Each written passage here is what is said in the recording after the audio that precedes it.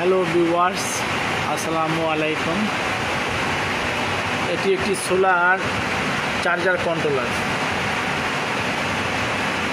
48 volt, 36 volt, 80 ampere, 12, 24, 36, 48 volt auto. তো এটাকে auto করা হয়েছে, সেটা হচ্ছে আমি আপনাদেরকে দেখাবো।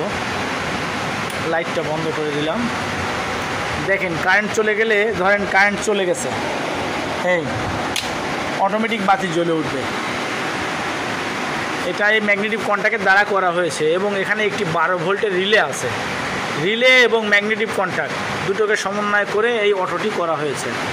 এই কারেন্ট আসলে এই কারেন্টের লাইন দিলাম, আবার বন্ধ।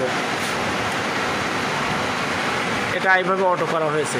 যদি ভালো লাগে চ্যানেলটি সাবস্ক্রাইব দিবেন, লাইক, কমেন্ট, শেয়ার করবেন। ঠিক আছে, ধন্যবাদ, ভালো থাকবেন।